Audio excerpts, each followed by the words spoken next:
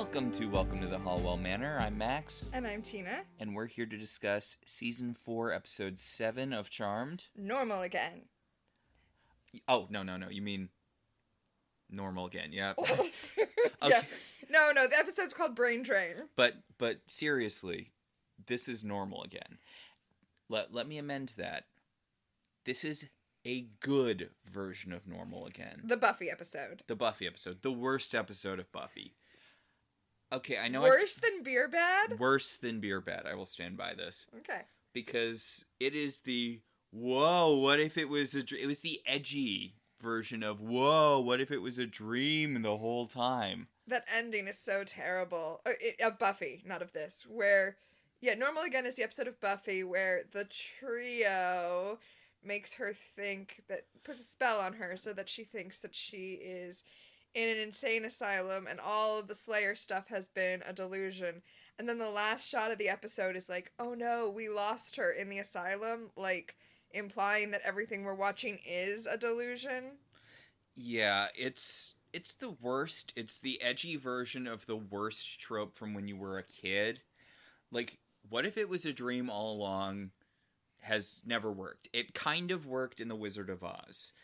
Because even then you're like, oh yeah, but it also kind of did happen. Well, so back when we were writing articles for our site, Mm-hmm. I wrote an article about why this is the worst trope. Because it makes the world smaller. Why are you doing that? Like, what are you adding to the story by implying that it's not real? It's already a story. So unless you're giving us something by implying that, what are we doing here? Yeah. It's like that stupid Friends fan canon about Phoebe being like... Oh yeah, the homeless woman who has her face pressed against the window and she's just imagining being friends with the friends. Like, that's bad. That's a bad headcanon. It makes the world smaller. Like, why? And like you said, what does it add to the narrative?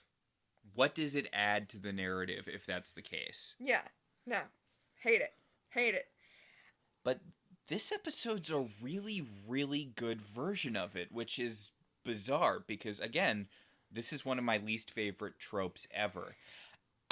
You know what? I did kind of like it when it was the original series finale of Once Upon a Time. And, Emma was in the asylum and, the Black Fairy had convinced her that everything that happened in the show was just delusions. But it didn't work on Henry, and it's just Henry pointing out how stupid that plot is. It's 2 episodes of him being like, no, that's dumb. Shut up. Let's go kick the Black Fairy's ass. So the thing about these tropes that are bad, mm-hmm.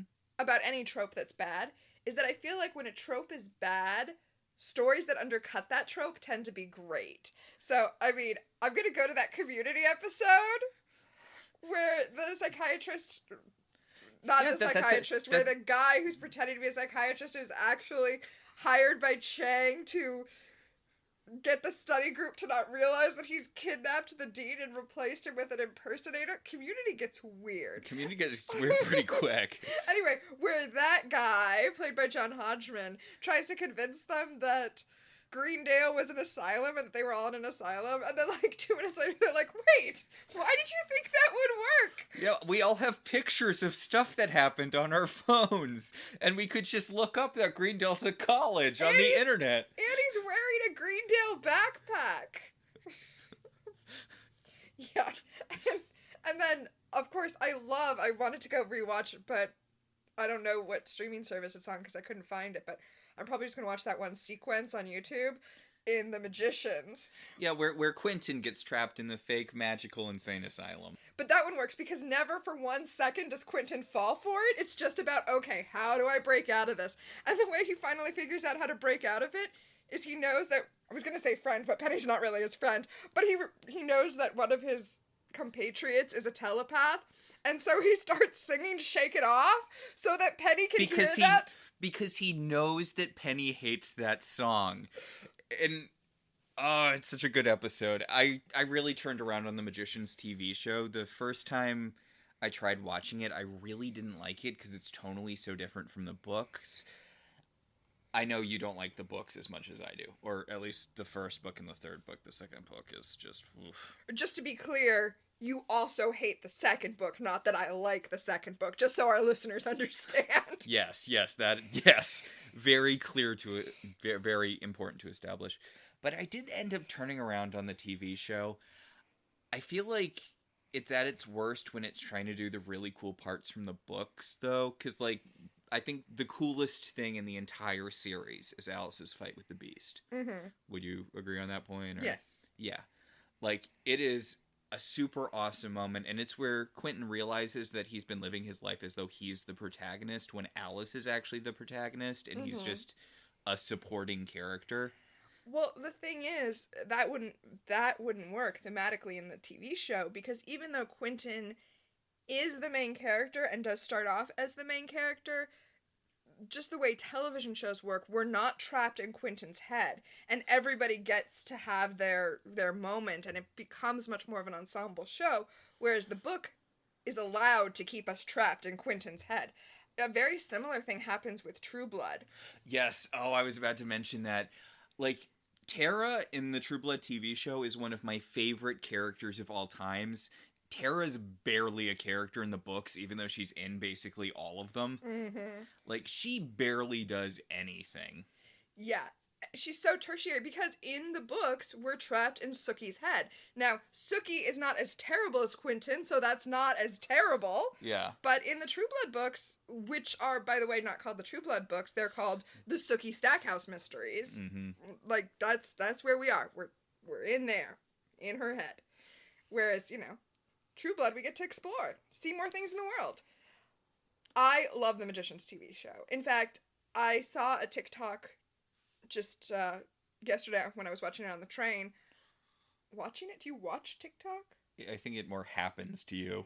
Yeah, it really does. Anyway, I was scrolling through TikTok on the train, and I saw a video about adaptations that are better than the books they're based on, and I was going to stitch with that and add mine to it, and I was definitely going to add The Magicians, better than the books they're based on. And just to add on there, also, A Simple Favor, way better than the book it's based on. Legally Blonde, couldn't even get through the book. Oh my god, Did you the know book it is was a so book? terrible. Well, Yeah, you knew. I had it. I also had the Sex and the City book that the show was based on. Which... See, that's interesting, because Sex and the City, the TV show, for all of its flaws, and I actually watched a really great TikTok about that yesterday as well, but Sex and the City, for all its flaws, is so much better than the book for a similar reason, in that it's a totally different animal. Like, the book is just a collection of Candace Bushnell's columns, right? So the book is like you're just reading the shit you hear Carrie typing at the end of every episode. Of course the show is better. I mean, it's like saying, and also somebody did say this, but it's like saying Mean Girls is better than Queen Bees and Wannabes. That's not fair. It's a totally different thing. Yeah, Queen Bees and Wannabes was like an advice book. Or a it guide. It was like an anthropological study of high schoolers. Of high schoolers. Yeah, so that's unfair. Yeah, but it's like that. But yeah, the series is better, although. Anyway. We should actually talk about this actual episode of Charmed that we're actually here to talk about. Which, weirdly, better than the Buffy episode it's riffing on. So much better. But it does open with Alyssa Milano doing baby voice, so there's that. Now that I've read that part to you out of Rose McGowan's memoir, you're just like... I'm hyper-focused on it now. Or just regular focused, but very intensely. Yeah, you're very, very aware of her baby voice now. Piper is trying to bake cookies for a friend's baby shower, and she's burned them. She's like, why can't I remember how to make cookies? That is a very good question, Piper. I'm not a chef, and I know how to make cookies. Well... And Phoebe's like, well, it's good that you're not a chef anymore. And I'm like, wow, that's... How long has it been? It's been a while since Piper was a chef on this show. Yeah. Although I kind of want to be fair to Piper now that I just criticized her. Mm-hmm. I mean, it's so easy to bake chocolate chip cookies. What are you doing, Piper?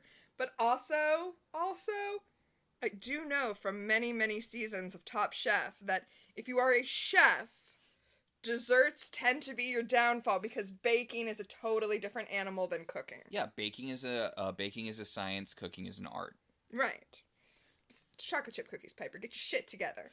Well, she's distracted because over the last few years, for various very good reasons, the Halliwell sisters have drifted away from their old friends. Okay, okay.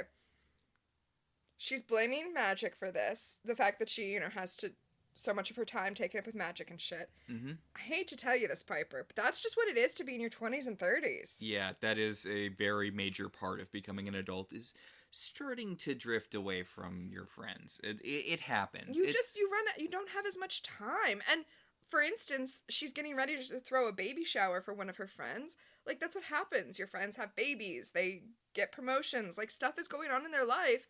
And you're not in college where you're all, like, in close walking distance of each other anymore. And, I mean... Yeah, we have to drive, like, 30 to 40 minutes to get to a party. Yeah. And we don't live that far away from everyone. Well, it's because our friends who generally throw the parties live basically as far as they could from where we live while still being in the same... On the same side of the river of this city. I mean, if our friends lived on the other side of the river, forget it. We wouldn't even be friends anymore. Charmed. So, yeah, Piper, although, okay, before we get, like, back into it,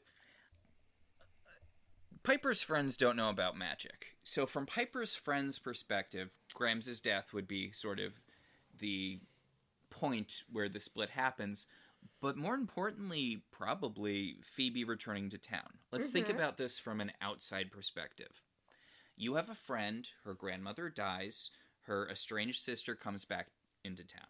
They start losing contact with everyone. One of your friend's kids is kidnapped from a party they attend, one of the rare times they come to one of your parties. He's recovered later under weird circumstances. Mm-hmm. You continue not to hear from these sisters until one of them dies. Then suddenly there's a new girl living in their house, also a brunette. They're still not talking to anyone. Like, you would think something weird was going on. Okay, so I wouldn't. And here's why. We know from Paige's introduction that these sisters are semi-famous locally, right? Like, Prue's a photographer for the local magazine. Piper runs the club. Oh, also, Piper gives up on her lifelong thing of being a chef to suddenly open a nightclub. Okay, it's weird.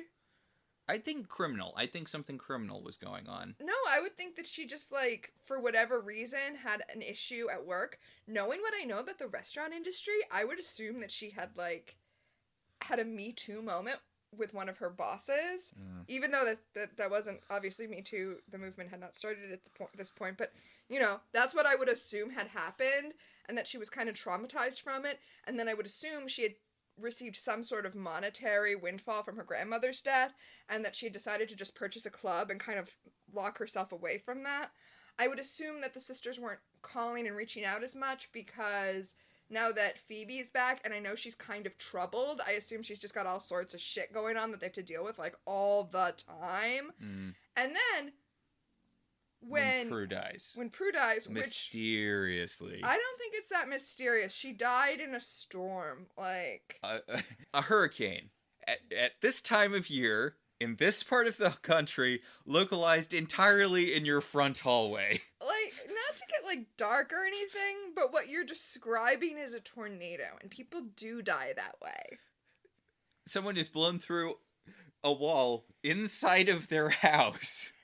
Okay, along with a strange doctor. I'm sure a lot of the stranger details are not made public. And since they're kind of semi-famous locally, Paige being their illegitimate sister is probably not a secret. That's probably just known. There's probably some gossip that's like, oh my god, did you hear? Patty had a kid she gave up for adoption. Like, that's probably known. I would think something was up, is all I'm saying. Oh, I mean, I would too, but I would think it was something dynasty and scandalous, not magical. I wouldn't jump to magical. Oh, no, I would assume crime. Oh, see, I just assume, like, your basic... Just the night daytime TV drama. I guess there's a lot of crime in daytime TV, but yeah, I would assume just basic sex drama. Just them opening a nightclub, and, Piper has a boyfriend that she's really light on the details. Like, she claims he used to be a doctor. I don't know. Okay, I don't feel like I'm going to be able to talk you into this. But I really want to do a series of TikToks with you where we're Piper's friends gossiping about what happened to Piper. Can we do that? I will not commit to that on the air. I am less against it than you might think, but I'm not going to commit to it. Okay, let's get back into the episode. Piper needs this to go well. And Phoebe goes to get some milk, and oh no, they're out of milk, and Paige put the empty container back in the refrigerator instead of tossing it and writing down on the list that they need milk, which really pisses Piper off. And I'm not naming names, but there might be someone in this room right now who does this, and that might make me feel crazy when they do that. I'm just gonna say that. There is a little bit of milk left in there. It's a little bit. Yeah, it's not like she did something truly horrendous, like put an empty box of Girl Scout cookies back in the cabinet, making her wife think that there were still Girl Scout cookies, and then having this disappointment when she reached for them and the box was empty. I'm laughing, but I am sorry about that. Yeah, it's fine. It's fine. So, Phoebe starts pressuring Piper. She changes the subject away from Paige to start pressuring Piper into having a baby. Okay, this is really weird because this actually becomes sort of like a running character thing for Phoebe over the course of the show. Yeah, she had a premonition. Not just a premonition, a whole ass. She had a vision when they first went. She went on a vision quest when they first found magic school, and she had this whole like future sight thing of her having a daughter. And then that was all she cared about for the last 3 seasons, was trying to make that vision come true. Right, that's stuff that hasn't happened yet. I'm talking about the vision she had in Morality Bites, where Piper had a child, and so now she's like, Piper, you have to have a child to make my vision come true, even though that's not how visions work. Well, it wasn't a vision. They traveled into the future. That makes it even worse. Phoebe, whatever happens is gonna happen, and you don't want to replicate that future exactly, remember? You got burned at the stake, but also, and as Piper points out, a lot of stuff has changed. Yeah, Prue was around in that vision, in case you forgot. Yeah, she was blonde. Oh my god, she was blonde. Yep. She was blonde in the future. This is what happens when you're even the little tiniest amount of blonde in this show. Yeah, it's why I went back to black hair. Yeah. To be safe, for safety. By the way, I have dyed my hair back to black, which is the color I feel like is my natural color. I mean, like it's not, but it's the color that I feel most natural having. And I also bought a bunch of new tops for work because I needed nice work appropriate tops that were short sleeved. But I just went to Target and grabbed like 4 tops. I didn't try them on or anything, and so I didn't realize until I got home how poofy all the sleeves were. Which is just to say that I keep catching my reflection in the mirror and going, oh my god, is that Paige? But no, it's just me in my poofy sleeves and black hair. So, yeah, Phoebe's very insistent that Piper needs to get pregnant soon if she's going to have the little girl that they saw in the future. Which, Phoebe, you never saw Piper's daughter in the future. You were busy being burned at the stake, but whatever. Whatever. Anyway, then Cole shows up looking really shitty, by the way. Cole is looking rough. Yeah, and I mean, like, shitty, like, he looks like he's lost 10 fights in a row this whole episode. And he's... Phoebe is so awful to him in this scene. He's trying to get their attention. He's like, guys. And Phoebe's like, come on, Piper, get pregnant. I want to have a baby through you. Not right now, Cole. I'm trying to interfere in my sister's sex life. And Cole ends up getting their attention by blowing on his hands. Yeah, he has been through the ringer, this man. Yeah, he tells Piper to freeze the room except for him, because there is a chameleon demon in the room. And Piper, being the good witch that she is, takes the opportunity to blow up Paige's chair that she hates. Like, oh, I thought it was the chameleon demon. Never mind. Yeah. But no, it turns out that the lamp that they realize they've never seen before, this is a really good time to do this, by the way, because the house would be full of unfamiliar furniture, but yeah, it turns out that the lamp that's been hanging out for a while is not actually Paige's. It is a demon. Cole, like, he turns back into a demon. He tosses Phoebe and Piper across the room. And Cole gets in an energy ball fight with him. Yeah, he blows off one of the chameleon demon's arms, which splatters into green goo that goes all over the baskets for the baby shower. Also, yeah, Paige comes down the stairs carrying a basket of laundry and listening to her Walkman. And when Cole throws an energy bolt and it accidentally hits her, she orbs away so the energy bolt doesn't hit her. And then Orb's back, and somehow this makes the laundry basket disappear, but she's still holding onto her Walkman. Yeah, when she orbed, the laundry basket fell down, but her Walkman came with her. I guess probably because the things are in her ears, maybe? Well, this is 2001. Oh, I guess they were. So it would have been over-the-ear headphones. I guess maybe her orbing thought that it counted as clothing. I guess. Well, as they say later in this episode, don't question the rules. Yeah. That's the other thing about this episode. There's a lot of stuff going on that's just like commentary on some of the more ridiculous aspects of Charmed, and I think that might be one of the reasons you like it so much. Well, I like it because it's genuinely really well done. Oh, yeah. Like, unusually so for Charmed, one might even say. So mean. So mean. So, Leo is doing the post-fight healing, and he asks how long the chameleon demon was hiding in the house, and... He heals the tiniest little cut on Phoebe's forehead. But I guess it's the last thing he got to. I'm sure he triaged. And apparently he's been here for like 3 weeks, and that's why the Source hasn't been attacking them, because he's been gathering information. Source is a he, right? Yeah. Yeah, okay. I guess, yeah. I mean, I think the Source is genderless, but possesses different bodies, and is currently... In a male demon body. In a male demon body, based on what we learn later about how the Source works.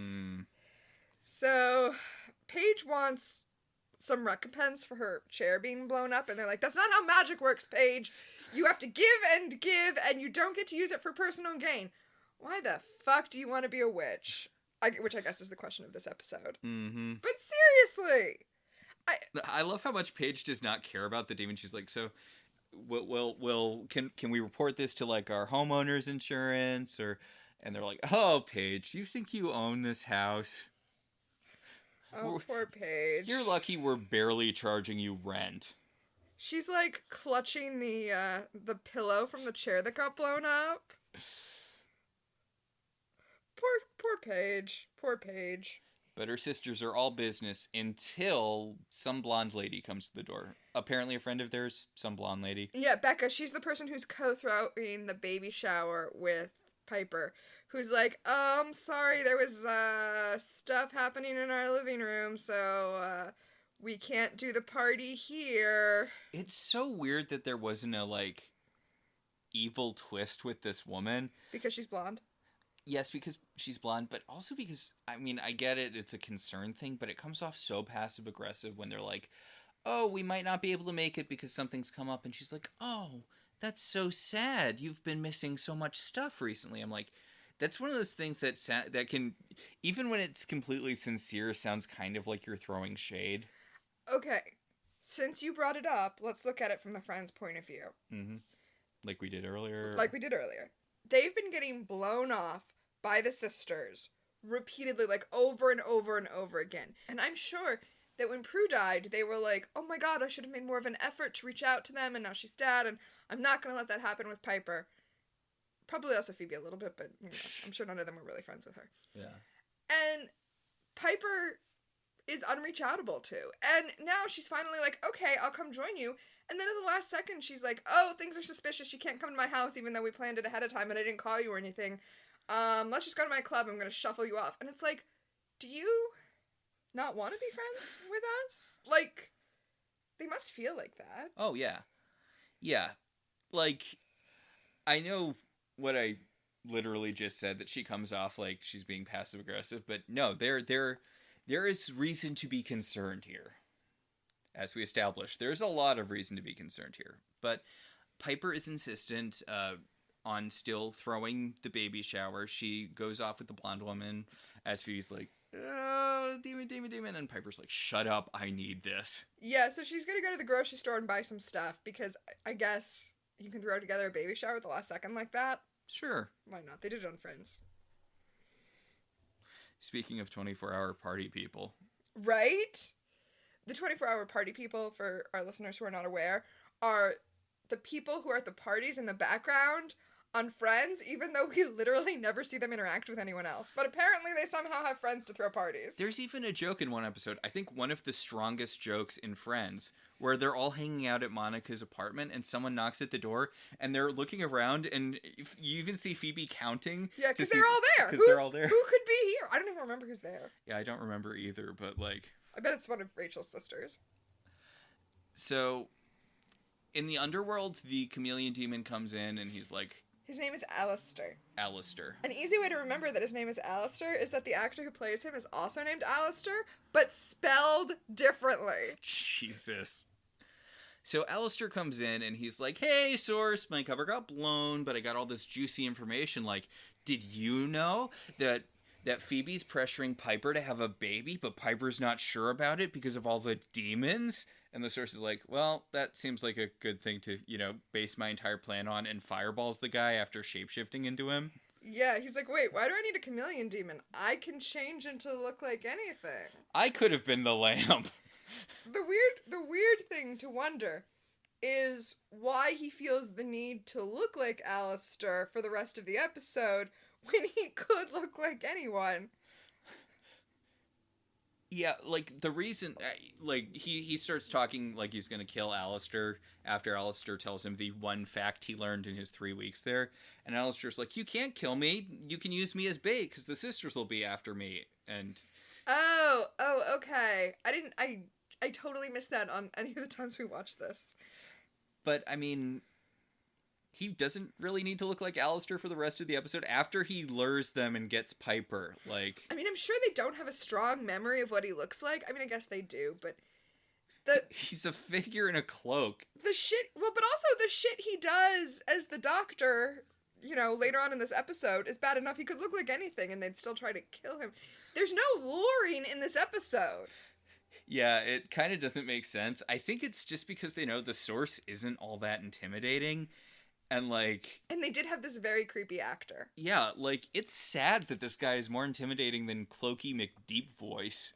Yeah, no, I mean, they had Alistair Duncan. They were going to go with it. So. Yeah, so the Source kills Alistair, shapeshifts into him, and is like, haha, now that I know that Piper wants to have a baby but can't commit to it because of all the demons, and also, she's less into the craft according to that naked lady I keep on that table. And then he's like, naked lady, where is she now?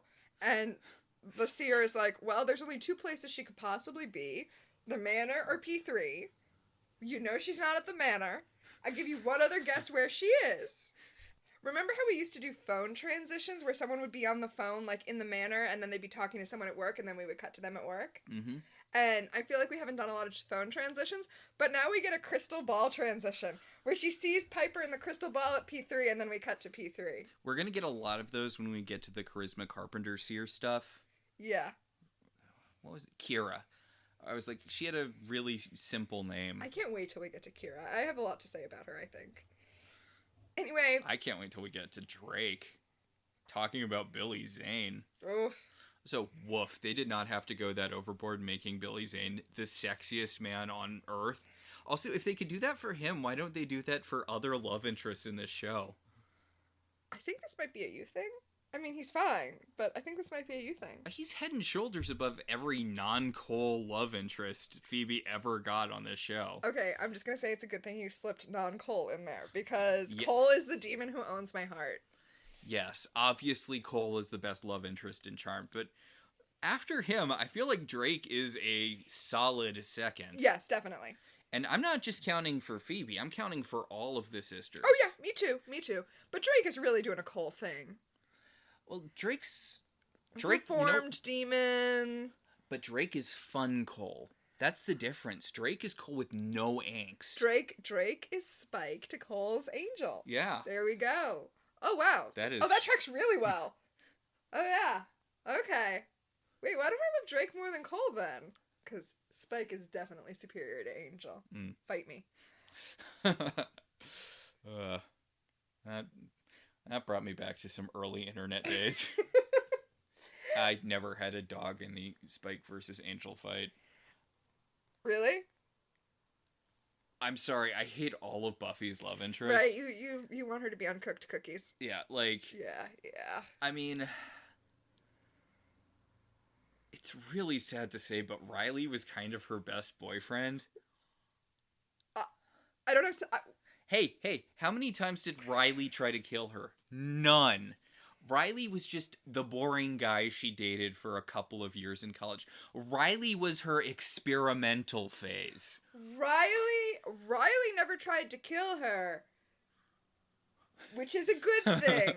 But also, Riley knew he couldn't take her, and that made him feel inferior, and he took it out on her emotionally. Yeah. Yes, because none of Buffy's other love interests ever took things out on her emotionally.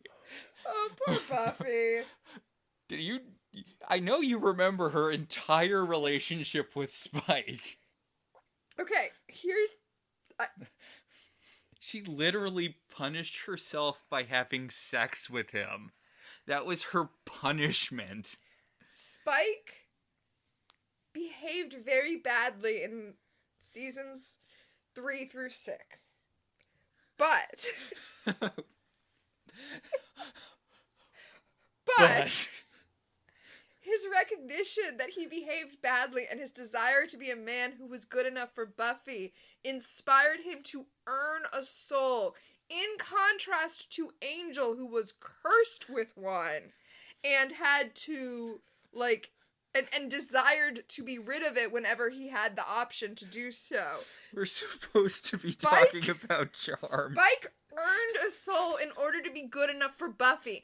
And once he did that and she did not want to be with him, he accepted that and then died to save the world. And whether or not it was dumb that they gave the sun amulet to the vampire is beside the point.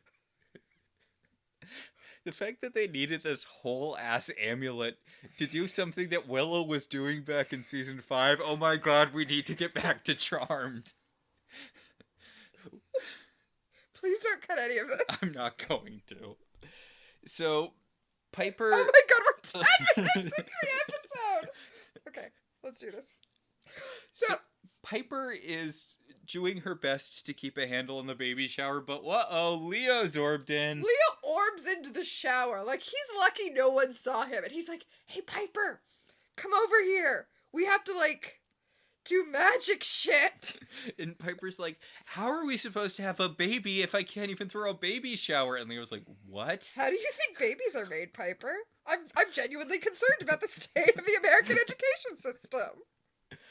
So... So Piper's like, look, I have to say goodbye to people before I abandon them at the baby shower I'm throwing. Yeah, she can't just do a Wiccan goodbye.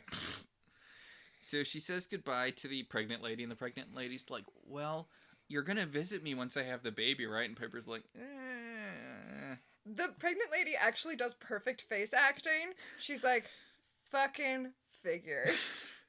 Whatever. At least we got to use her club for free or something. So, I really, really like how businesslike everyone's being back at the manor, because they're like, okay, step A, scry for the demon, capture the demon, torture the demon until he gives us the information that he gave the source, so we know what the source knows, and then we can create plans to counteract any plans that he might be using that information for. I don't understand why this meeting couldn't wait till after the baby shower. Yeah, that's actually a really good point. Like... it's not like anybody showed up with new information. Either Piper shouldn't have left in the first place, which, okay, maybe, or it could wait until after the baby shower. But Piper's probably on your train of thought there, because Piper's like, hey, I have a hot alternate suggestion. Why don't we just send a message to the source being like, we're done? And they're like, what? And she's like, yeah, why don't we just say, hey, source, you know what? We're good. You stop sending demons after us, we'll stop coming after you. And then maybe we can have a normal, regular life where people aren't trying to literally murder us all the time. I mean, I'm sorry, Piper. That's not the way it works. I mean... he's literally the source of all evil. But also, I'm so not on your side. You have the ability to defeat the source of all evil. I know I was just complaining about how much magic screws you over, but you don't get to opt out. Yeah. Sorry. Sorry, not sorry. I mean, that is basically what everyone is telling Piper right now. Like, Leo's like, you can't. You're the charmed ones. You have a destiny. And Piper's like, what if we already fulfilled the destiny? We've killed so many demons. We've done so much good. Why can't that be enough? And Phoebe's like, we need to kill the source of all evil. After we kill the source of all evil, we'll be done. We'll be able to relax. After the source is gone, we can just be normal people having normal lives. Okay, listen, hot take. Mm-hmm. Maybe the source isn't the one you need to make a deal with. Maybe what you need to do is go to the elders and be like, hey, you know how we're the charmed ones? Well, now we're on salary. And this is what we do full time, and none of us has to work day jobs. Mm. I know it's a conceit of these shows. It's the same thing with Buffy. It's the same thing over and over, but like, fuck that. No. So Phoebe whips out the Pay me or get the fuck out. Sorry, go ahead. Yes. So Phoebe whips out the Prue gun here because she tells Piper, look, we need to do this until we kill the source. Otherwise, Prue died for nothing. But it's not a gun. It's one of those lightsabers like Darth Maul uses because it's got two sides. And Piper's like, hey, maybe the fact that Prue died means we've done enough. Maybe I don't want any more sisters to die. Maybe I've lost enough to the fight against evil. Which, yeah, fair. She doesn't bring it up, which I guess I get it. It would be kind of irrelevant, but and I don't remember if this came here or later in the episode where Phoebe, because Piper brings up the fact, you want me to have a baby. Can I have a baby while we're fighting evil? Can I have a baby in a house where people are, again, constantly trying to murder us? And Phoebe says Halliwell women have been doing it for generations, which is not a good argument. Nope. And this... I mean, look what happened to your mother. Yeah, this would have been a really good time to bring that up, especially because we know in Chris's timeline, Piper dies when he's a kid. Mm-hmm. I mean, 14's a kid. But yeah, Piper dies when Chris is 14 in his timeline, so...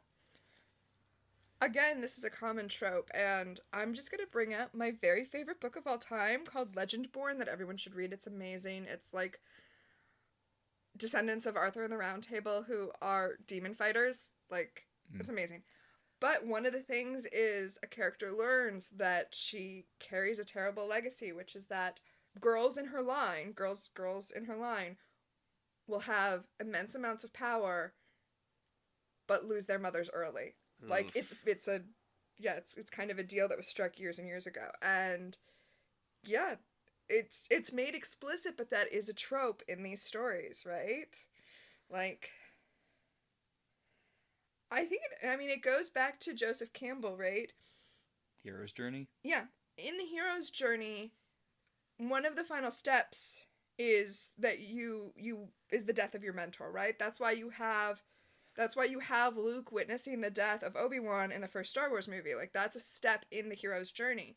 And ongoing stories like this, coming into your power necessarily means that any figures who are protective of you die, because that's how you, like, step into this role, this warrior role. And it's like, it's the tragedy that comes with the power in these stories. I know the monomyth doesn't really track if you try to apply, like, every story to it. Well, and also, it's very Eurocentric. It's very Eurocentric. But we're talking about Western stories right here with Charmed. Yeah.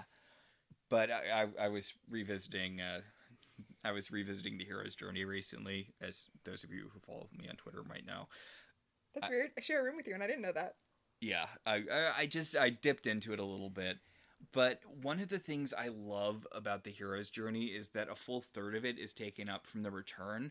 Mm-hmm. Like, the return itself is a multi-step thing, and it basically talks about how you have to unpack everything that happened during the journey, and that's part of the journey. You don't just go home and everything is fine. Well, that's why the joke in Lord of the Rings, where it has like 5 endings at the end, because it's the return. It's why that story is like there and back again. That was very irritating when I was actually watching the movie, though. And yet, I have a friend who every year she would do a Lord of the Rings movie marathon, and I'd make it usually through the first one, and then I was almost always the first person to leave because they're very well done. I know they're very well done, but I can't sit through. Oh my god, at risk of losing my nerd card, so boring. Thank you. And everybody's so excited about Rings of Power, and I'm like, oh, so boring. You saw somebody reposted this like thing from a photo shoot, and they were like, "Oh my god, look how cheap the opening credits to Rings of Power are." And I'm like, I would honestly, because it was like an 80s style head turn for all the characters.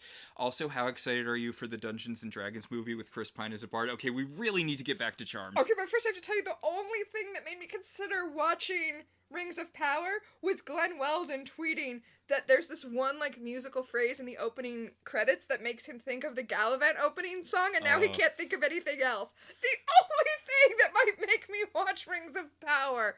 And then he was like, who is this tweet for? And I was like, me, Glenn. It's for me. The person who's indecisive about watching Rings of Power but loved Gallivant. Actually, that probably describes a lot of people. Do you think? I mean, it describes 100% of the people in this room. Yeah. Are we indecisive for just not watching it? Yeah, I mean... What's happening in Charmed? I don't even know anymore. So in Charmed, Piper has just Uno reverse carded Phoebe's use of the Prue gun. Right. And she is going on this demon fight, but she is just aggressively not feeling it. To quote Bob from Bob's Burgers, okay, I'll go, but I'm going to complain the whole time. They end up in an alley, and Paige is like, I feel like I've been in a lot of alleys recently, and Piper's like, yeah, that only gets worse.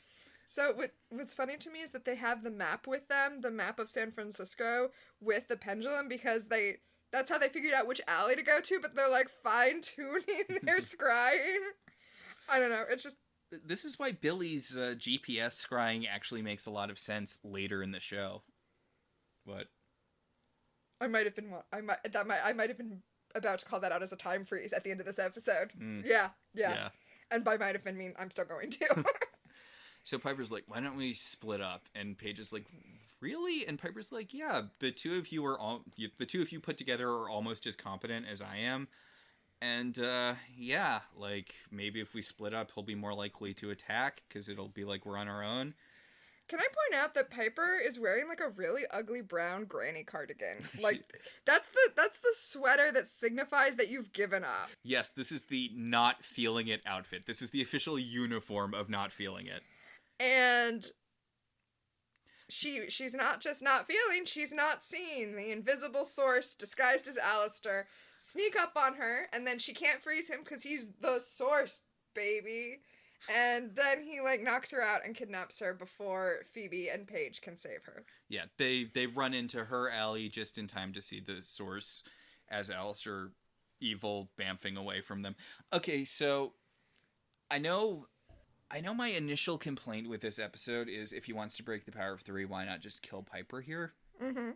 But also, why did couldn't he just, like, leave Alistair's aura or whatever there? Like, it seems weird that he needed to disguise himself as Alistair because they only see him as Alistair for, like, a second. Well, I mean, I feel like we've already discussed this and that the answer was they had Alistair Duncan and he's a way better actor than whoever's inside that source cloak. Yeah. So the initial thing was why not just kill Piper? And I had a couple things about this. The first thing I don't think is backed up by canon at all, is that once the power of 3 exists, it always needs to exist in some form. Oh, you mean it can't be broken? Like, if one of the sisters is killed, they'll discover they have another sister. And this is mostly based on a thing in the comics where there's a story arc where it looks like the power of 3 is going to pass to Piper's children because she has a daughter. She has a daughter in, I think, the series finale. Mm-hmm. When they right. jump ahead in time.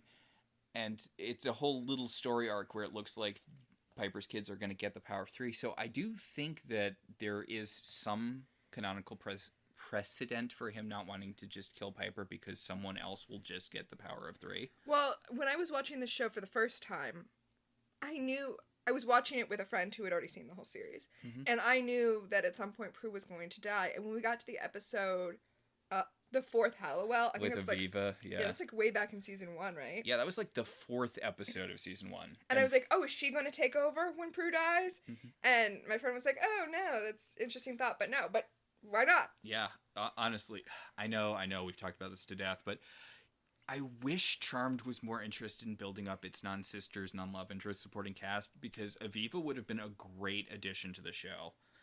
And it would have been cool to have someone who wasn't one of the sisters interacting, but who was a practicing witch interacting with Paige, having someone who does not have charmed powers but is a more proficient witch. 24-hour Sabbath people? No, because she would need to be reoccurring for that, but... Yeah, no, it's true. I often lament how little interest Charmed has in the rest of the magical world. If Constance Burge had stayed at the helm, I feel like the show would have been much more interested in the larger Wiccan community of San Francisco. So we go from Piper getting kidnapped to the meat and potatoes of the episode. So, like all episodes that take place in an asylum.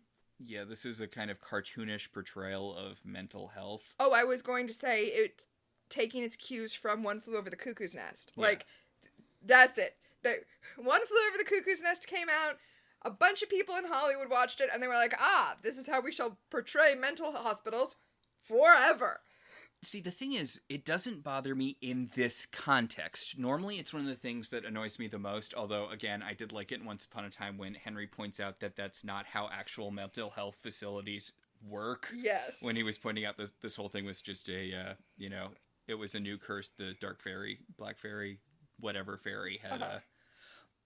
Rumpelstiltskin's mother. Yes. It shows such a fucking mess. I love it so much. But here in Charmed, I think it works because...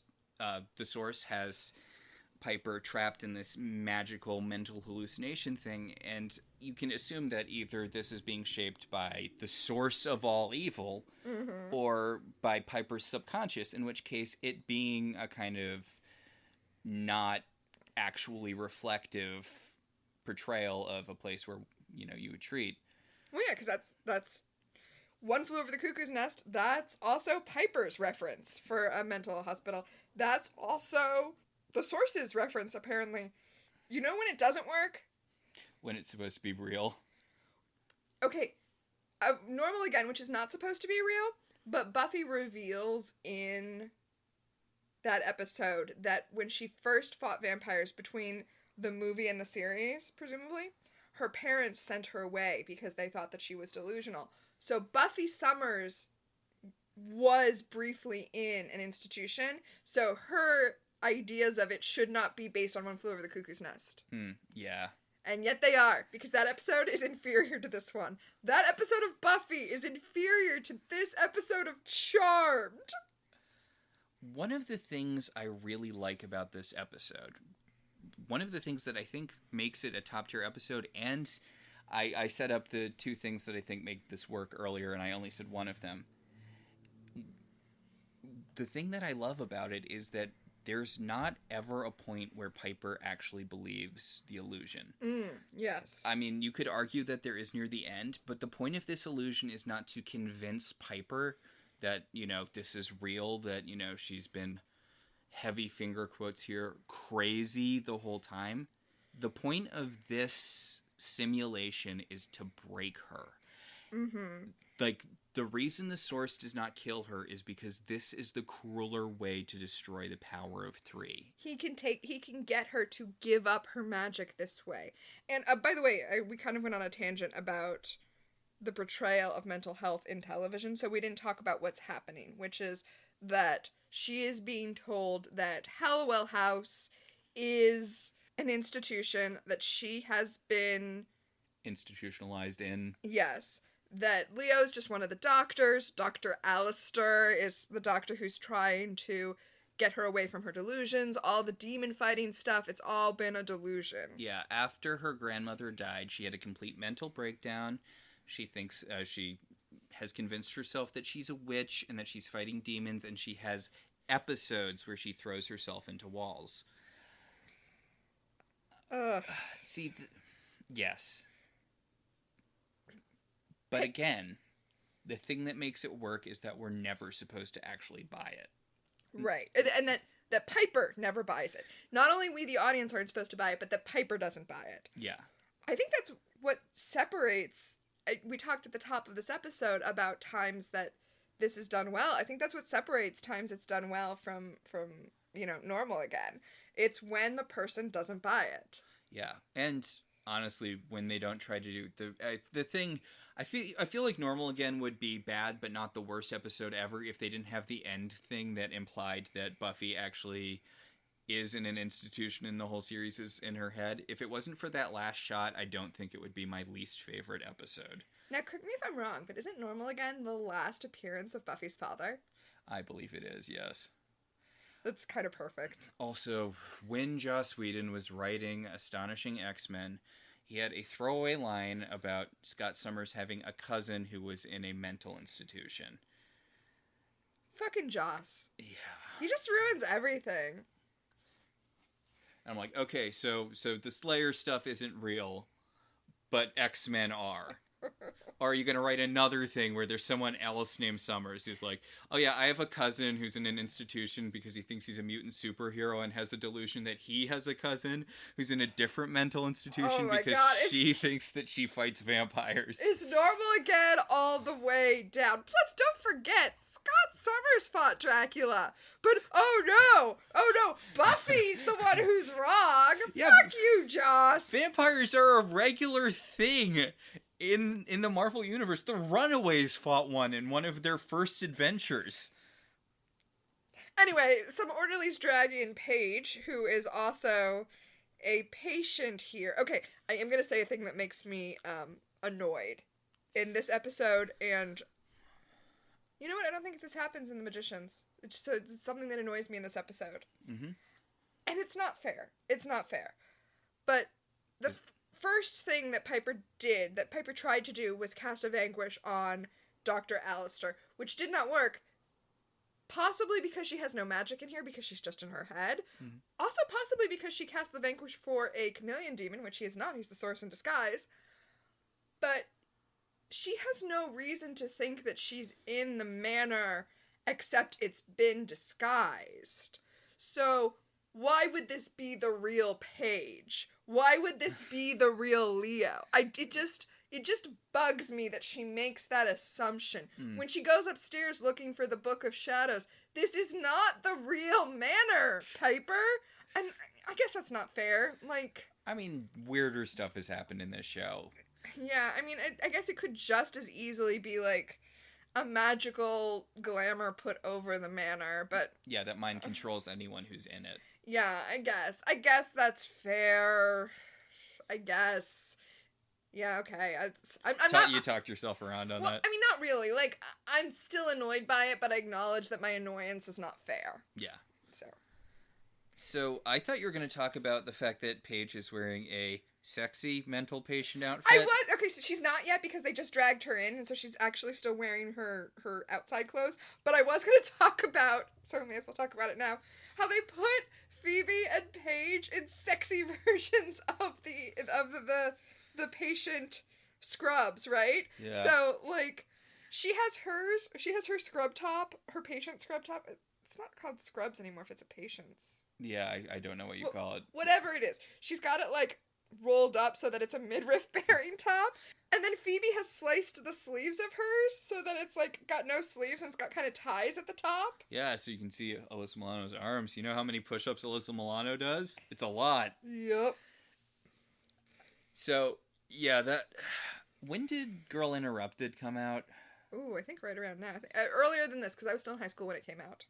But, yeah, I feel like there was a thing about, sexy girl mental patients. I think that was a thing. Zack Snyder had that movie. You remember? Sucker Punch? Sucker Punch was...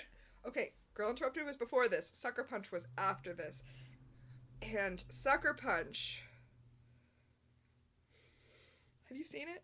No, I have seen things about it, but I have not seen it. I would say that Sucker Punch is the worst movie I've ever seen. But I feel like whatever Sucker Punch is, it lacks too many things to be called a movie.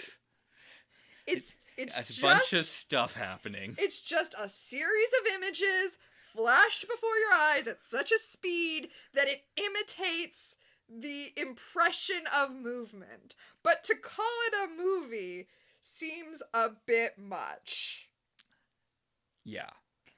So bad. So bad. Yeah, so that's going to be a thing. It's not something I love, but it's not something I even like, but it's something I've come to just sort of accept. I honestly didn't click for me the first time I watched it, but then when I did a rewatch before we started talking about it, it was like, oh, that's what they were. It's like the white noise of Charmed at this point. The objectification of whatever the stars, even when it's completely inappropriate. Yeah. Yeah. I saw this tweet because it was reposted on r/Charmed, which is a Reddit community that I frequent. The tweet was just, okay, the tweet to start with was really gross, but it was Kelly Bundy, Rachel from Friends, and Kaylee Cuoco in Big Bang Theory, all wearing tight tops with their nipples showing through. And it was like, the caption said something like, how to keep 3 generations of men watching TV. And that itself was gross. But then somebody wrote below that, wait until I tell you about Charmed. Just the idea that somebody would be like, look at this centuries-long exploitation of women, and someone else's first thought was, ooh, Charmed? I feel like that says something. I know we've talked about this so many times, but I'm going to bring it up again. You know what? I'm just going to bring it up again. Brad Kern? And how terrible he is? No, but yes. It's the weird thing about Charmed is that it is so clearly a show that's supposed to be for women. Like, this is a show that I feel like is made for women and had a really big, strong, active female fan base, but it's full of fan service for dudes. And that feels like a really weird thing to me. Like, is it just so your boyfriend won't complain when you want to watch Charmed? I don't know. It's kind of like, I almost feel like that very terrible thing they tell you in children's publishing that says that girls will read stories about boys, but boys won't read stories about girls. Ugh. So children's book writers are often told to make their protagonist male for that reason. I kind of feel like that, like, women will ignore the gross objectification of women because it's just the background noise that they're forced to, exist with, and men will eat it up with a spoon. And of course, this whole statement is super heteronormative, although I have to feel like this is not what lesbians want. No. Xena is what lesbians want. There is a reason that despite all of the objectification in Charmed, Xena is the one that had the very strong lesbian fan base. And let me be clear, Xena is also a show that is full of objectifying women. But I feel like it's different. It's different. It is different. Speaking of objectifying women, it's beyond me that the first seer we see working for the Source is naked table lady.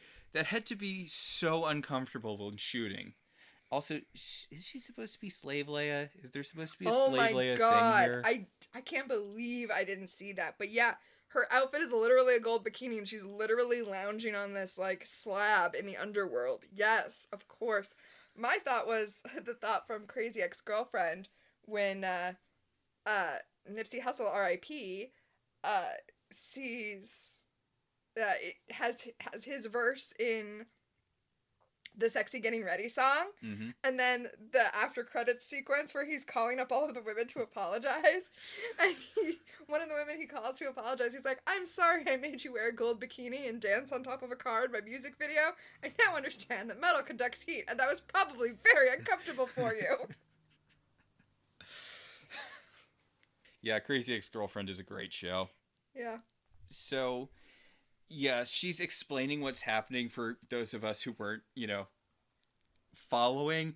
The Source is, he's got Piper on an evil table and his hands are, on her temples and they're glowing evilly. And she's like, so what you're telling me is that you've got Piper Halliwell trapped in an illusion and you're going to use that illusion to find the depowering spell for the Charmed Ones and you're going to trick her into reading it 3 times to destroy the power of 3? Remember, they destroyed that depowering spell back in season 1 after they fought Hannah and Rex. Mm-hmm.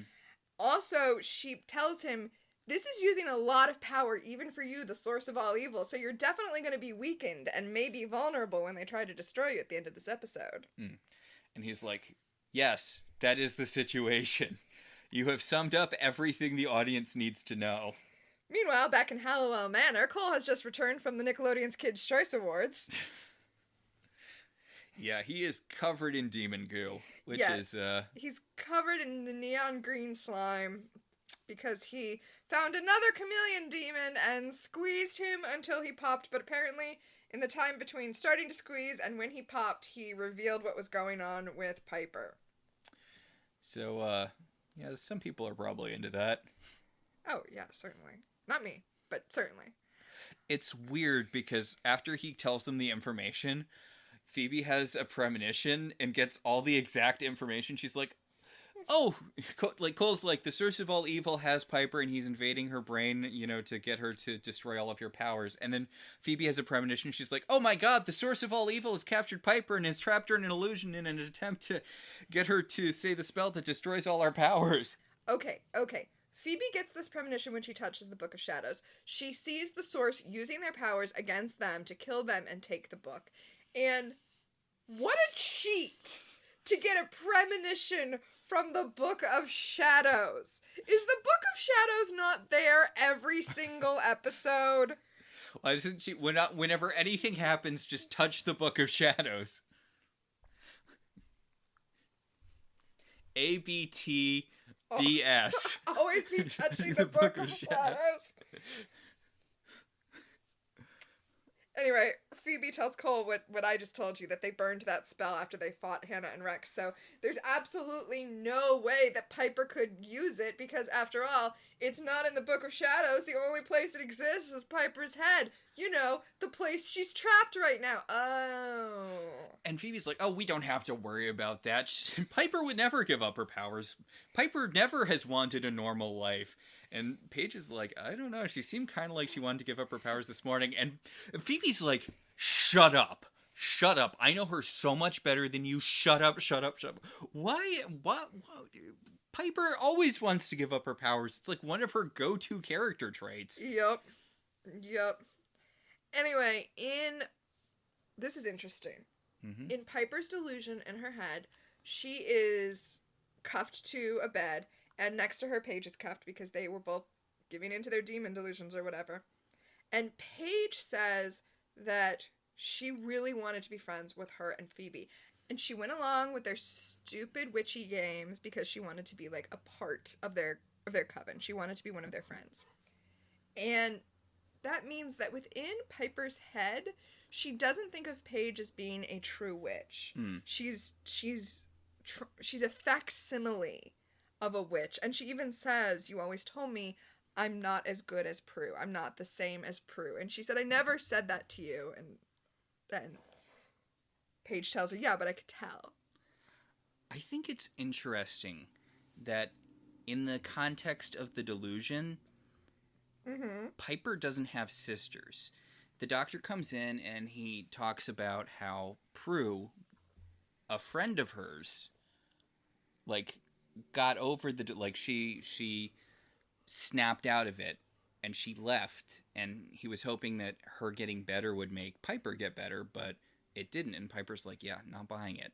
And he's like, you could see her if you wanted. And she's like, no. And that's the thing. That's the cruelty of the vision that you were talking about. Yeah, this doesn't further his thing at all, really. It's and I feel like this is the most effective the Source ever is in this show. The, abject cruelty, which I know I've said a lot, and I will say a lot more when we get to the baby scene later. Yes. Because, this is different than just throwing fireballs at you or, trying to seduce someone into being your evil bride. This is... he's taunting Piper with the things that magic has taken from her, both actually with Prue and in her head with the ability to have children. Like, if you want to have children, just go raw dog Leo for a month. It's not that hard. Was that too crass? Well, okay, can I get real here after I said something so incredibly crass? yeah. As we are recording this, it is currently the year of our Lord 2022, which means we have been living through basically the apocalypse for the last 2 years. Mm-hmm. To say nothing of the 4 before that. Mm-hmm. And so the decision to have a child in that environment was a thought. Like, there were thoughts.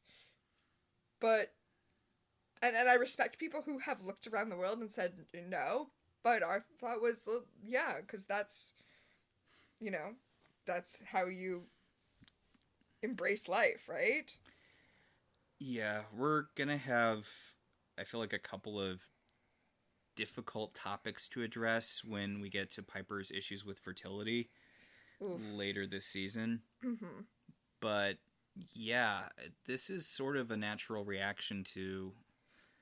But the question of, the question that Piper is grappling with right now, and we've talked before about how Charmed was a show that was written at the end of history, even though we're in the episodes now where history was restarting, people were like, what the fuck? Mm-hmm. But Charmed is a show that, at least now, was written at the end of history, and Piper is grappling with what does it mean to have a child in a world that is uncertain and dangerous. And first of all, as an American, it's a privilege to have been thinking that. Mm-hmm. Like, I recognize, especially, and when I say, I know I've given this disclaimer before, but when I say the end of history, the end of history... For a very, very certain group of people. Yes, for privileged people in one geographical area. Which is what I'm saying, right? Piper being like, how do I have a child when the world is treacherous and dangerous, is a question lots and lots of people have thought about. This is not unique to you, Piper. Like, I respect that it's something that you personally have to grapple with, but you're not the only person, you're not the first person to grapple with this question, which I guess is kind of what Paige was saying when she said that Halliwell women, when she said that Warren women have been doing this forever. Mm-hmm. Like, yeah. Welcome to, being a human being in the world, in the imperfect fallen world that we live in, Piper. I guess I have so little patience for this. You would think I would have more. So Phoebe shows up in the room where Paige and Piper are strapped down, and she's like, I'm using my witchy powers to free you, and she just starts untying them. She's doing baby voice, so I can't do it. She's also eating a chocolate chip cookie. Okay. Remember? Because Piper burned the chocolate chip cookies at the beginning of the episode. So they go to the attic to find the Book of Shadows, but before they go, Phoebe grabs her broom, for flying on. And up in the attic, they find Cole being subjected to electroshock therapy. In an attic. It's just the attic with, I guess I appreciate him trying not to make this look like a hospital at all. Mm-hmm. But, tell me that your idea of psychiatry comes from One Flew Over the Cuckoo's Nest without telling me. Yeah. Cole is being electroshocked, and Piper basically cold cocks the guy who's doing it. With the broom! Okay, she taps him lightly with the broom, and this somehow knocks him unconscious. Okay. And Phoebe runs up to Cole and is like, no, he's good now! And Cole, of course, while he's being electrocuted, is like, no, I am Balthazar. And I just have to point out that his skin is glowing red as he gets electrocuted. What is that even? So Phoebe runs over and starts kissing him after Piper knocks the guy out. And then she gets the Book of Shadows, and it's this, sketchbook that I love it. I love that the first page they flip to is the Ice Cream Man page. Yes, because that is an objectively ridiculous demon. And it's got, crayon drawings and crayon writing about whatever, but just the fact that the page they open to is the ice cream. Who got that prop? That's what I want to know. Oh, right? Yeah, forget the big Book of Shadows. Yes. They also see the page of Balthazar, which, other than being written and drawn in crayon, it seems like a normal entry for Balthazar. So Piper is trying to figure out how to free them, given that this is not the real book, and maybe she needs to get them out of the manor, because maybe this isn't the real manor, but she still thinks it's her real sisters. And Paige is like, how come you aren't under a spell if we're under a spell? And Phoebe's like, you don't question the rules. They don't make sense. You just don't question them. It is, yeah, this scene has a lot of meta moments in it. Mm-hmm. And Phoebe also points out, she's like, I never get to spend any time with Cole, which I feel like is a reference to the fact that Cole's been pretty in and out of the show this season. Yep. So they get out of the attic and they're running down the street, and Piper's like, well, this isn't working. I guess we should go back or something. And then Piper sees a guy snatch a woman's purse and decides to chase after him, even though I have to point out that that's entirely out of your purview as a witch. And I really feel like she wouldn't do that. Yeah. But she runs into the street and she gets hit by a car. She just stands there and tries to freeze it, but it doesn't freeze because she's inside of her own head, and inside of her own head she gets hit by the car. And we see outside of her head, when she's floating above the evil table, we see a little thing of blood run down her face. Yeah, and if you die in the illusion, you die in real life, I guess. Yeah, and the source talks about how hard it is to break into, he's like, this is draining a lot of my energy, but I think I've almost got it. And the seer's like, is this really worth it? Come on, why don't you just kill her? And he's like, no, I can do this. Shut up. Which, no one ever listens to the women in this show. Yeah. Well, if you have a woman who can see the future and her whole thing is just like telling you what you should do, maybe you should listen to that woman. I feel like if this seer and the Oracle and Kira all join forces, now that's the power of 3 I'm interested in. I mean, to be fair, until the weird way they get rid of the seer is by far the most competent character in all of Charmed. Mm-hmm. Weird going out like a punkness aside, the seer is one of the best characters overall in Charmed. So back at the manor, Phoebe and Paige are trying all of the spells they can to contact or summon or whatever Piper. Right, like to call a lost witch spell. And the only one we see is them doing the to call a lost witch spell, but from the dialogue we know they've tried a bunch of spells already. I do love that Leo and Cole have gone into the underworld together to try to find... It would have been such a great web spinoff to see Leo and Cole as angel and demon partners. It's such a hokey premise, but I love it whenever Leo and Cole team up. And they're pretty competent. I love how Cole's kind of using Leo as a hunting dog, because Leo needs to actually go down into the underworld. It's harder to feel Piper through the evil vibes, so he needs to be there, in person. Okay, Charmed. I guess I shouldn't question the rules, is what I've been told. Mm. When Leo can and can't hear the sisters seems a little suspect to me, but whatever. So, Phoebe's like, wait a second. If something's going on in her head, and she starts flipping through the book, and then we go back into Piper's head where Alistair is reviving her with smelling salts. Yes, Dr. Alistair is reviving her with smelling salts because, again, everything he knows about medicine is from the 1960s. So...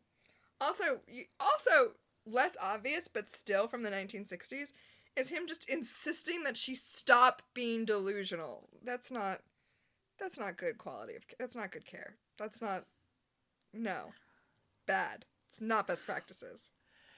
Again, the thing I really like about this scene is he's giving her a speech, which is theoretically about how she needs to choose to get better. She needs to choose to let this go. But it's pretty straightforwardly also a spell about her giving a spiel. Speaking of psychiatry, nice Freudian slip. Yeah, it's a whole speech about how, her life, she is just making life hard for herself. She is choosing to destroy all of these relationships in pursuit of something that is just going to hurt her and eventually get her killed. And she knows how to stop it. She has the tools. She has the spell. Yeah, he says, look, sometimes the only way to get through something is to literally get through it. If you give up your powers, it will help you get rid of this delusion. It will help you have a normal life. And Piper's like, huh? He says you will be released from all of this. Which really sounds like, he's going to kill her. But the thing is, He is. We all saw Phoebe's premonition. and those are always true, right? But the thing is, this works as both look, I'm trying to trap you in a delusion, but also I'm literally giving you the thing you said you wanted earlier in this episode. I'm giving you an out here. I am the source of all evil, telling you, Piper Halliwell, that if you want this to be over, it can be over. And she throws a bedpan at him, and he's like, just think about it. Once he leaves the room, she starts calling for Leo again, and down in the underworld, we see Leo faintly hearing her call. Yeah, he's doing his best, but, there's so much evil in the underworld, and there's a very annoying and distracting loop of people, stock sound effects screaming in the background, and he's like, it's really hard to concentrate. And also there are demons. Cole's in a firefight with some demons as Leo's, doing his bloodhound thing. And Cole's like, wait, I have an idea. Source still wants me. I'm going to let them take me, and theoretically they'll take me to the Source, which is, I guess, fair. Yeah. I mean, he pretends that he got knocked out, even though nothing has flown in his direction in 60 seconds. Well, he gets a little lightning. He stands out there, and the guy hits him with a little lightning, and he's like, blah, I'm, unconscious or whatever, blah. Not a trap! Whatever. So, back in the illusion, Leo is talking to Piper, and even though it's against the rules, they've been having sex. Gross. I know it's not real. I know, but it's so inappropriate. So inappropriate. I can't believe you would imagine that, Piper. So inappropriate. And yeah. And Piper's like, we are together. We broke the rules, but it was okay. We're married now. And he's like, no, we're not married. We had you had your dumb little witch ceremony, but if you get over this delusion, then we can get real person married and live in a house that I pay for with my doctor money because I have a job in this reality. And we can have kids, and you could even open up your restaurant. The thing you actually wanted to do. Restaurant? That doesn't sound right. And God, again, Holly Marie Combs just bringing it here. This is the bit where you can make the argument that she does end up believing the delusion, but I really feel like what she's selling here is that this is just something Piper wants to believe. That there's not a point where she actually thinks that she's not a witch, but she just wants this so bad. Oh, see, I don't even think it's that. I think it's her accepting not the illusion, but the truth that if she were to no longer be a witch, she and Leo could be together in a different, more solid way. Even though that's not true. Yeah, but I mean, again, he'd still be a white lighter, Piper. How would you feel if he was answering someone else's calls all day long? Just throwing that out there. It doesn't seem like the kind of thing you'd be okay with. But that's sort of the out that she's taking here. She's this is her one chance, even though she knows it's not real. Mm-hmm. This is her one chance to experience something real. Something that's not, Yeah. And I don't know if they're doing this on purpose, but when we see Leo in the underworld kind of lurking around, following Cole and finding Piper laid out on the slab, he's got his left hand up against the stone of the underworld, and his wedding ring is really heavily emphasized. So the doctors wheel Piper out into the backyard, which we haven't really seen the Halliwell backyard, have we? We have seen it a couple of times, and it is a green space, but not this. And a couple of cartoon butterflies. I think they're supposed to be real in universe, but I think they're supposed to look as ridiculously cartoonish as they look, because later when real Paige and Phoebe get down here, Phoebe says that they've landed in Mary Poppins' brain. Yeah. So yeah, literal cartoon butterflies fly around Piper, and Leo's like, look, there's magic in the real world. And again, the thing is, Piper is clearly not buying this, but it is working on her. Like, this isn't her believing it. This is her surrendering to it. Yes, yes. I like that. Anyway, Dr. Alistair's like, "Hey, Piper, we've brought all your friends that you have become distant from to come see you." And look, one of your friends had a baby. You know, that thing that you want, but you don't think you can have because of your magical life.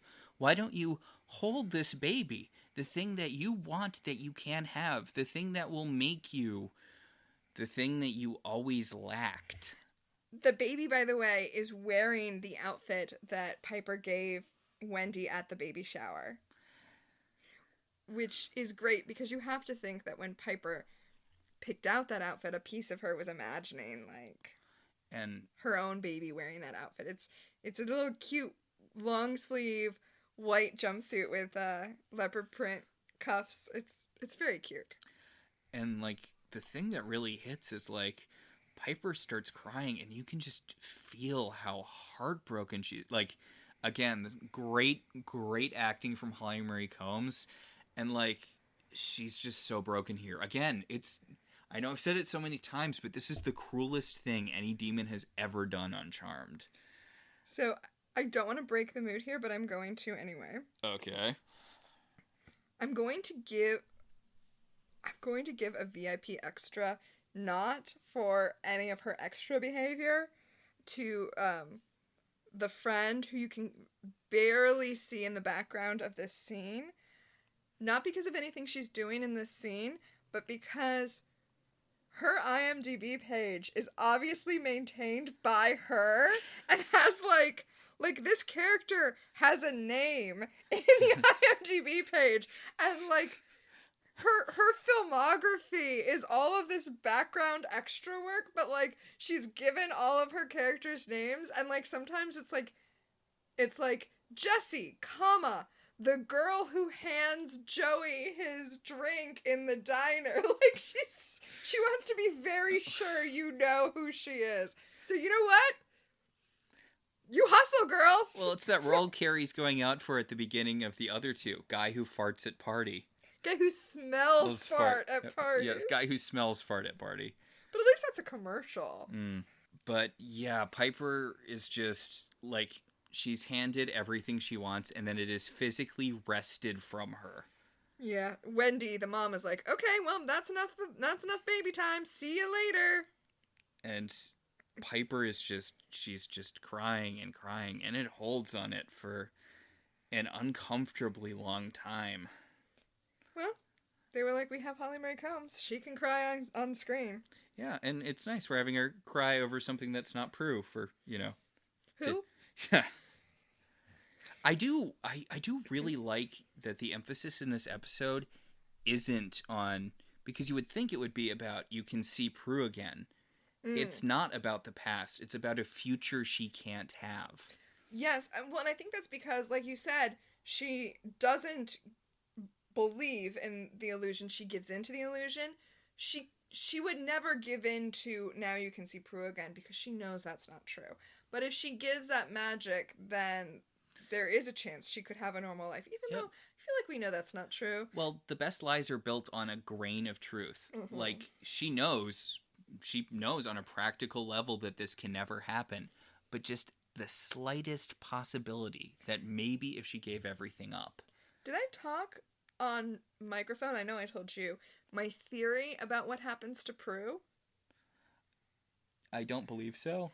So we know that apparently their souls get recycled amongst the family because, like, Phoebe in the past was her own evil aunt and such. Yeah, we agreed to consider that non-canon, but yes. So my theory is that the reason we never see Prue appear as a ghost is because Prue has already been reincarnated and is in fact Chris. Yeah, which I think is a super believable theory, and it makes the Chris stuff so much more interesting when you watch it. So, what I'm saying is, don't worry, Piper, you'll see Prue again in a couple of years when you give birth to her.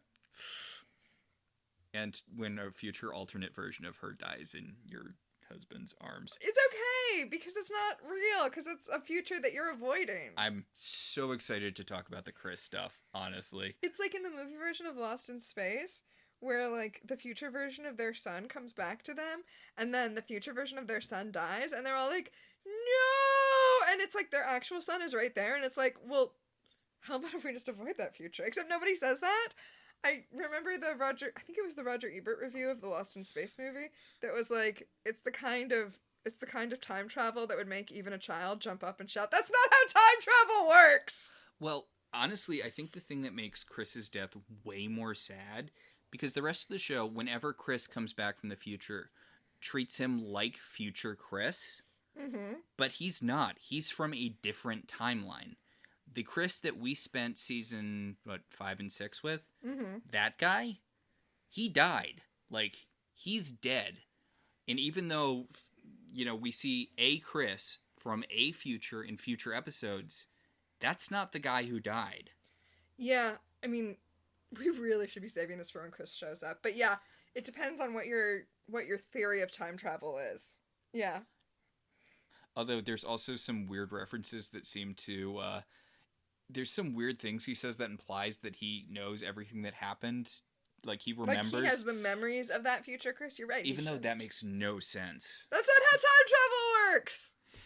Anyway, so Leo is alone with Piper in the garden, and he's like, hey, you know what you need to do. You just need to say the spell 3 times, and you can have everything you want. He says, say the spell and free us all.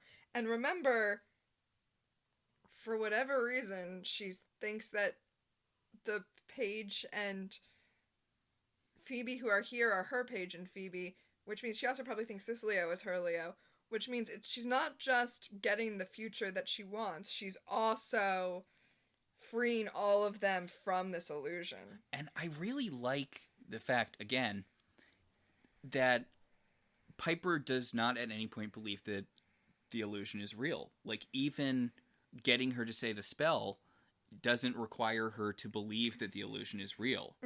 Like, in fact, the only reason to get her to say the spell is if she never actually believes the delusion. Yeah. Back in the real world, Phoebe and Paige are going to do a spell to get inside of... Paige in the worst pants ever. Okay, so they're not pants. They're jeans. They're like jean culottes. No. They are jeans where somebody has cut them up the inseam and then sewn them into a skirt that is threatening to reveal your vagina at every step. I don't get what the logic of this garment is. It's ridiculous. It is a ridiculous thing to wear. But Phoebe has found a spell that will let them go directly into Piper's mind. They cast it. They're in the weird cartoon garden. And Paige is like, hopefully I don't have to kick anyone. And they rush over to Piper, and I like how Phoebe's like, this isn't real, and Piper's like, leave me alone. Because she still thinks it's illusion. Yeah. Phoebe. But yeah, Alistair enters the garden and is all, haha, you've lost her to us, even though, Okay, maybe don't count your chicks, Alistair / the source. And he has a couple of orderlies hold them back. Orderlies are holding Phoebe and Paige back while Piper reads the spell out. And then Leo comes in and they're like, Leo, help us! And Leo's like, no, sorry, I'm illusion, Leo. Ugh.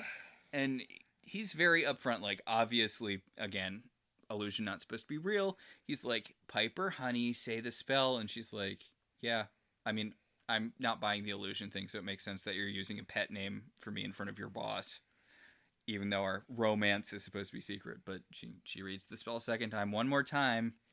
Yeah, she has to say it 3 times for all of their powers. This scene gets interrupted by Cole being dragged into the room by the bounty hunter demons. And I love how this year's like, he's in the middle of something. This is not a good time. Can you just leave him here and I'll give you credit? And the demons are like, no. They're like, we need a receipt. Yeah, we're not bounty volunteers, Mr. The Source. And Leo's kind of just hanging out and he's like, Okay, fuck it. And he orbs in between the two of them, and he's like, hey, you know that thing where someone shoots a fireball at someone and that someone teleports out of the way and it hits the guy behind him? We're gonna do that. And then he They're like, does. what? We're unfamiliar with this. Leo's like, ah, good. Let me demonstrate. And he tricks one of the demons into fireballing the other demon, and then he punches the surviving demon in the face, which, way to go. Leo's on a little bit of an action kick, isn't he? Yeah. He gets Cole to wake up, though, because Cole has actual offensive powers, and Cole starts throwing energy balls at the source, but the source has, like, a force field around himself. I do love how, again, they established earlier in the episode that invading Piper's mind, understandably, is magically taxing on the source, and he's a lot weaker than he normally is. Even the Oracle is screaming at him. She's like, stop fucking around with Piper or you're gonna die, because Yeah, it's a big power drain. Cole is breaking through, and Cole, in fact, does break through the force field that was protecting the source. He fucks up the source so badly that the source jupes out of being Alistair. Like, He breaks the illusion. the illusion that he's Alistair. Yes, but also, like, all the orderlies that are holding Paige and Phoebe disappear. Yeah, he's physically forced out of Piper's mind, although the delusion is still there. Shouldn't the whole thing disappear? No, I feel like it's something he's set up and he was maintaining. But Cole gets a really big energy ball ready to fry him because, like, by breaking the force field, Cole has massively effed up the source. Like, the source is in rough condition. Oh no, what's the source gonna do now? Sorry. Well, Cole's about to legitimately finish off the source of all evil by himself when the Oracle jumps nakedly, boobs first, in front of. She's like, no! And she gets vaporized. And the source is like, oh, well, thanks for the freebie, I'm out. And he fire teleports out of there. I'm sorry, this is a really cool episode, and this is the most I've liked the source, but also he does not come off as threatening here. Like, he comes off as a guy who is legitimately barely hanging on to his power. Well, it seems like what we learned from this episode is that he has really good devilish plans, but not actually as much power as he wants you to think he has. I do really like this. The sort of evil contains the seeds of its undoing. Mm-hmm. Like, the fact that he basically wastes his minions like this, the fact that he doesn't listen to the people who are telling him what to do, the fact that he's not as powerful as he thinks he... Honestly, this makes a lot of sense because we saw the way he was able to so powerfully manipulate Piper. It makes sense that he's able to manipulate himself into a position of power amongst demons. Like, that's his real skill. The source of all evil is gaslighting. Speaking of, Leo starts healing Piper, and he heals himself into her head, and he's like, do you want to go? Like, I'm actual Leo. Do you want to actually leave now? And she's like, yeah. This feels a little intrusive. She's like, yeah, I want all of the people who aren't supposed to be in my brain out. And then everybody is back in their own bodies, back in the manor. And Phoebe's like, ooh, Cole, now that we're not actively fighting evil, let's go bone. Yeah, it's pretty great because they're all back in the manor, and Leo throws his arm over Cole, and he's like, my buddy Cole here really beat up the source real bad, my best friendo Cole. Oh, I love you so much, buddy. My pal Cole. And Cole's like, I don't. Please stop this. This is why we don't team up more. I feel like it's not fair, but the amount of, like, physical chemistry that Julian McMahon and Alyssa Milano have together really, really undercuts Piper and Leo, because I believe them more as brother and sister than as lovers. Like, I am not seeing it. Wow. And it's not fair because I know things that don't exist within the context of the show. But knowing that Brian Krause has a relationship with Alyssa Milano, it feels like even Leo and Phoebe have a stronger, like, connection, have more chemistry. Well, they have that, like, separate friendship thing. Yeah, but, like, even earlier in the episode when he was, like, standing over her, healing the cut on her forehead, I was like, those two are about to kiss. And you're right, they do have a separate friendship, and that doesn't have to be sexual. They could totally be platonic, but... They were actually having sex in real life. They were actually having sex in real life, and I feel like a little bit of that comes out in the show. I do not... For as good an actress as Holly Marie Combs is, I do not believe she's fucking Leo. So everyone splits off into their separate fuck pairs. Like, Except poor Paige has to walk away alone. yeah, like Phoebe's like, well, being in my sister's brain sure got me horny. Come on, Cole, it's doink. Or I guess the fact that I'm dating someone who can basically almost take out the source of all evil on his own is super hot to me. Let's go have sex. And Leo's like, hey, Piper, I think that we should maybe wait until we destroy the source of all evil to try to have a baby, but we can practice having a baby before that. And Piper's like, okay, but we are coming back to this, mister. We are coming back to the baby thing. The baby thing is going to be very big for the rest of this season. Because they do start trying before they vanquish the source of all evil. Yeah, I mean, of course. Like, why wouldn't you? It's not like killing the source of all evil is going to end your demon fighting days. I don't know why they're acting like it is. You know, I could theoretically see thinking that it might, like, you might be like, oh, yeah, it's like Marvel movie logic, where if you take out the main guy, then all of his minions just fall over, because there's no one left for Hawkeye to punch.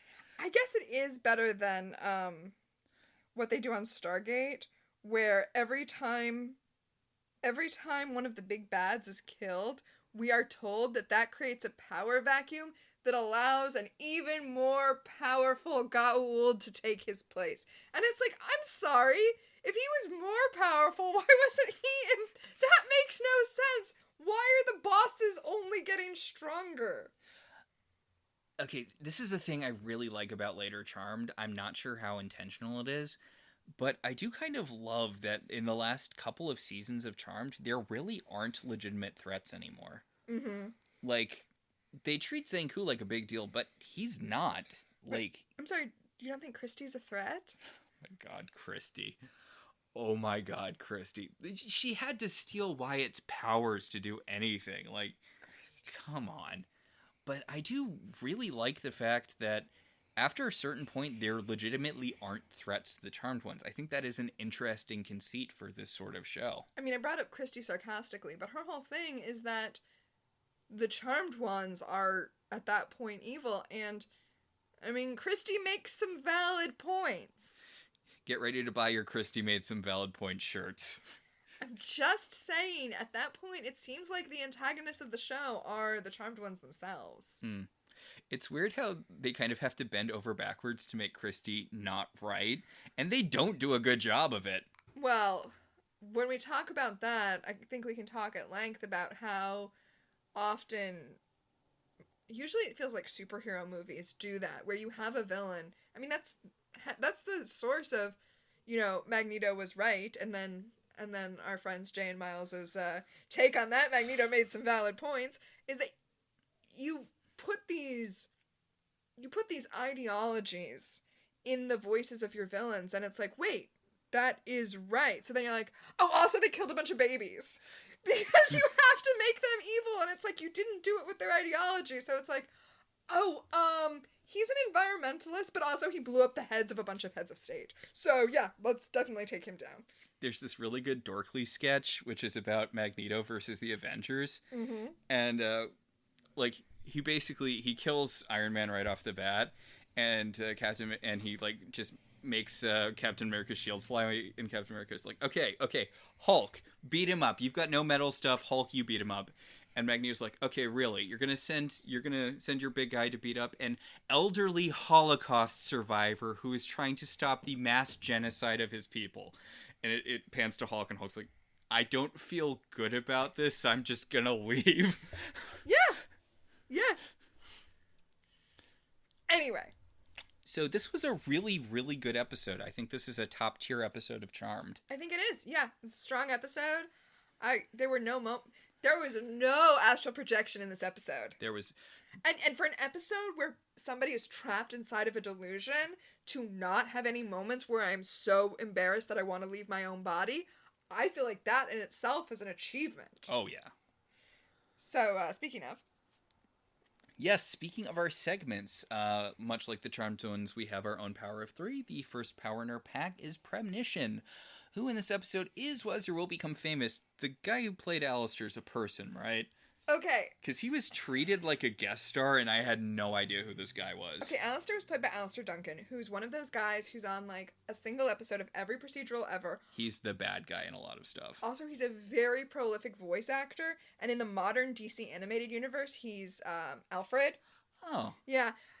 And I feel like I want a term for this, but I don't know what it would be. But I think it's the equivalent of what we were talking about with Phoebe touching the Book of Shadows, right? Where it's like, shouldn't you always get premonitions off the Book of Shadows? Yeah. So let me tell you who he played in Buffy.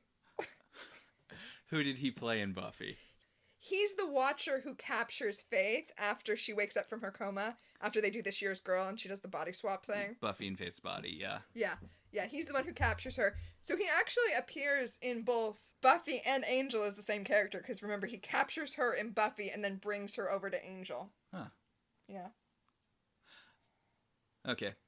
I'm just saying. Buffy, right? Well, always be touching the Hellmouth or something.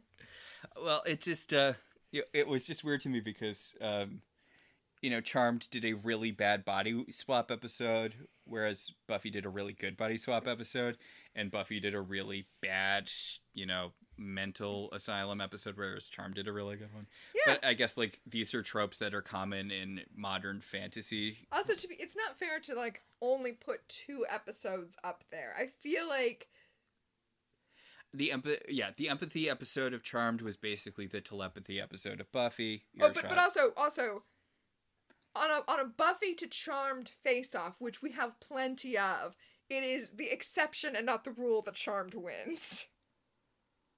In a Charmed Buffy face-off, as far as episode tropes. Oh, that Charmed has more episodes with more tropes. I thought you meant that when Buffy and Charmed share episode themes, the Charmed episode was always better. No, I meant opposite. Opposite. Yes, Charmed is a show that relies more heavily on tropes than Buffy. But in a face-to-face, when the tropes go up against each other, Buffy's gonna be the better episode 99% of the time. Yeah, although, the Barbas episodes are generally really good, but also they're not gonna beat the whole Gaknar thing from, Yeah. Gaknar, is that right? The actual size demon from... Yes, I believe that's the demon in Fear itself. I might be thinking of the Gaknar's human rinds from that one intro to Futurama. It's a muncher buncher cruncher human. I mean, I could look it up. I'm not going to, but I do believe that's the name of that demon. I guess Gaknar feels like a go-to fantasy and or sci-fi name. It's a good generic demon name. And or alien. So, let's go to our second segment, Time Freeze. What specifically dated the episode? The reliance on maps like that, the fact that you wouldn't just be scrying with GPS. Well, since you already blew up my spot, though. Sorry, I stole that from you. Yes, that was yours. I'm also gonna say, there's Oh, I just realized. I'm sorry, I just realized when Illusion Phoebe comes in to free them and is eating a chocolate chip cookie, and Paige looks at her and says, "Got milk?" And I was like, oh, time freeze. Milk. Yeah. I only just now put together that Piper was thinking that in the back of her head, because even in the state that she is in, she's still annoyed at Paige for drinking all the milk and not putting it on the list. Oh my god. But also Got Milk. It's a very time freezy thing. It is a very time freezy thing. She is being chained down in her own illusion, about to have her powers stripped from her, and she's still like, God damn it, Paige drank all the milk. Paige drank all the milk. I did not put it on the ground. That is so Piper. That is so Piper. You're focusing on the wrong things. Oh my god, the Iranian yogurt is not the issue. That's from the Am I the Asshole subreddit, when somebody is complaining about a problem that their partner has that belays a much deeper actual problem. Yes. It's a fiance was a yogurt collector or something, and OP accidentally ate one of the yogurts, and it's like, no, the problem is that your fiance has an entire basement full of refrigerators full of yogurt. No. Full of yogurt. Not refrigerators? Not refrigerated. Oh, dear That was God. part of the... Yeah, the Iranian yogurt is not the issue. And she didn't eat it, she threw it away because it was... Rotting? Rotting. Okay, our final segment is telekinesis. What, if anything, genuinely moved you? And this was a good episode for it. I think mine is going to be the same as yours, so you should go. The Piper crying when she's holding the baby. Yeah, oh... Again, I love how much they're letting her actual cry. And again, Holly Marie Combs just does Broken so well. You can just feel her giving up, and it's just, it's so well done. It is. Ugh. So I think that does it for us for this week. Yes, I believe that will about do it for this week. Next time we're going to be talking about the episode Black as Coal. Okay. The IMDb description is, Cole's past comes back to haunt him when a widow tracks him down seeking vengeance for her husband's death. Oh, this is when Cole becomes human. This is when Cole loses his powers, which ironically puts him on the path to becoming the Source. Cole's just such a good character. Oh, and this is a really good episode because this is a reckoning for Cole. Yeah. Oh, I'm excited. We're on a run of good episodes here. We really are. So, until next time, our show is partially listener supported. If you want to be one of those supporters, you should head over to our website, www.welcometotelevision.net, and click on our Patreon link. We'd like to thank our current $5 and above patrons, Beryl, Patricia, Rosa, Ryan, Maricruz, Benjamin, Kate, Jen, and Dan. If you'd like to support the show in other ways, you could always rate and review us on Apple Podcasts. It helps other people find the show. We can also be contacted at ilovetelevisionzines@gmail.com or on Twitter at ilovetvzines. So until next time, I'm Max. And I'm Tina. And this has been Welcome to the Halliwell Manor.